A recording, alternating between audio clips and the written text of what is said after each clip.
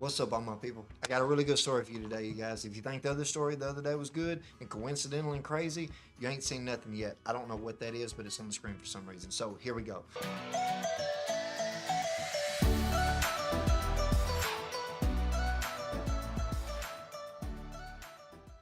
Start at the beginning. This morning I woke up. Woke up in the bed, started off the right way, praying to him, giving dialogue, got up, went and sat on the front porch. It was kind of misty, cloudy, really nice, cool, tranquil, peaceful. I really liked it. I was out there reading my Bible, chilling. I had bought a stock. I bought this stock at like $6 and something, okay? It ends up going up. I try to sell the stock. Here's the first thing. I try to sell the stock a pretty decent below where it's at.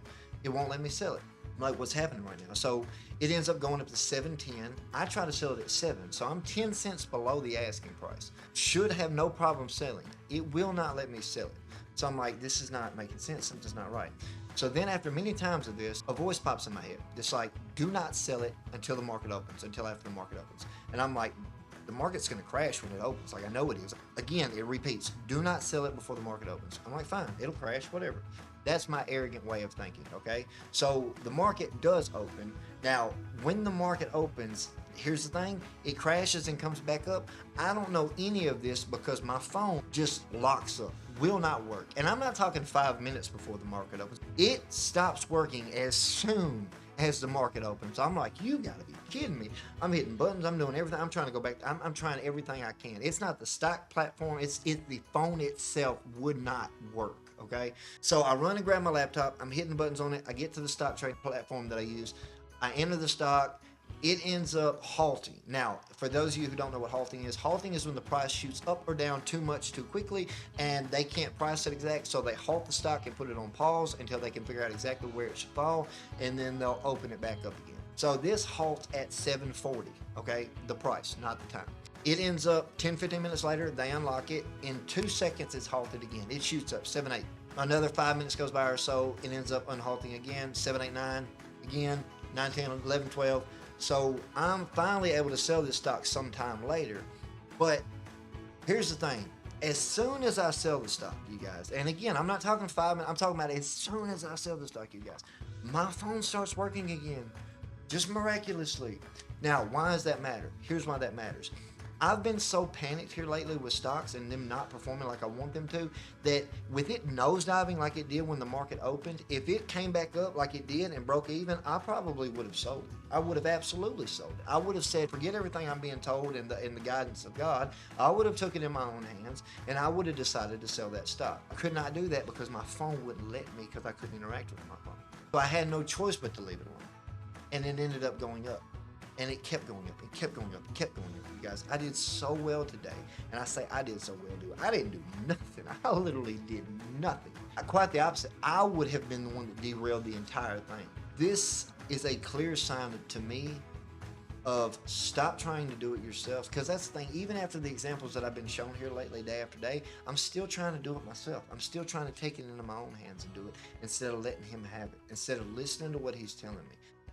You guys, it's so reassuring, and it's hard for me to do it. It's hard for me to just hand it over to him because I'm such a fighter. And I didn't realize that about myself for the longest time. When I was a kid, I hated confrontation.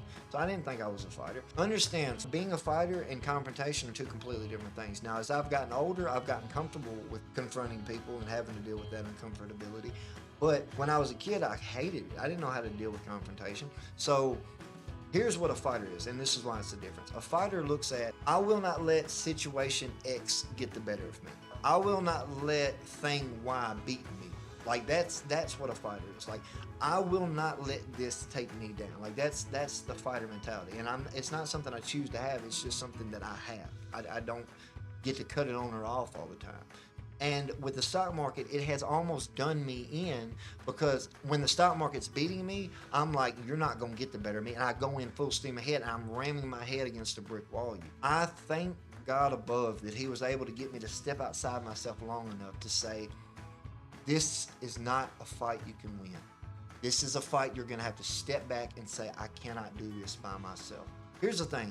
Your strengths are only your strengths when you use them at the right time, in the right place, and in the right moment. That's when it's your strength. It becomes your weakness when you're unable to admit when that won't work in that situation. Or you're unable to say, I can't do this by myself, I need help. Like, then your strength becomes a weakness. And that's exactly what was happening. Me being a fighter is my strength, but in the way I was trying to use it, at the moment I was trying to use it, in the way I was trying to use it, it was absolutely a weakness. I am so grateful that he helped me to realize this before I derailed everything, because I didn't come far from it, you guys. Oh, I was a little bit far from it, but I came closer than you know. Like, I've lost a lot because I'm unwilling to just say I can't do this and I need help. Again, I'm amazed at what he's shown me here lately. It may sound like happenstance, it may sound like coincidence to you, but if you were here with me and you were watching this as I was going through my day doing this, you would be like, dude, that's crazy. Like, you might not admit that God exists, but you would certainly have to be like, dude, that is weird. Like, now me personally, I choose to believe that because, again, the day after I do what he's been asking me to do for some time, all of a sudden all these things start falling into place. They didn't start falling into place before that. They only started falling into place when I started doing what he asked me to do. Starting with praying with my wife that night. And the next morning and every day thereafter when I've done what he's asked me to do. Now, Tuesday I did not do what he asked me to do. Tuesday, he gave me a victory. First thing in the morning, he gave me $1,000-something for a trade. But we agreed on the day before. We literally agreed on Monday, me and God, was if I won $1,000-something right out of the gate, I would leave it alone for the day, and I would not try anything else for the day. And what did I do later that day? I tried to make another trade. Guess what happened? I went upside down 2,000-something. So I lost my original 1,000-something and went upside down about another 1,000. Here's the thing, you guys, though, and this is the miraculousness of God. I asked him, but please don't take this completely from me. Help me to recuperate some of this, God. Please help me. He ends up giving me one more trade that day, and it made up, guess how much? Guess how much I ended the day with? Zero. Exactly zero. I made up all of my trade and gained nothing. So it was like, the Lord was like, okay, I'm not going to make you lose today, but I am going to show you that you will not win without me. And it was like, wow.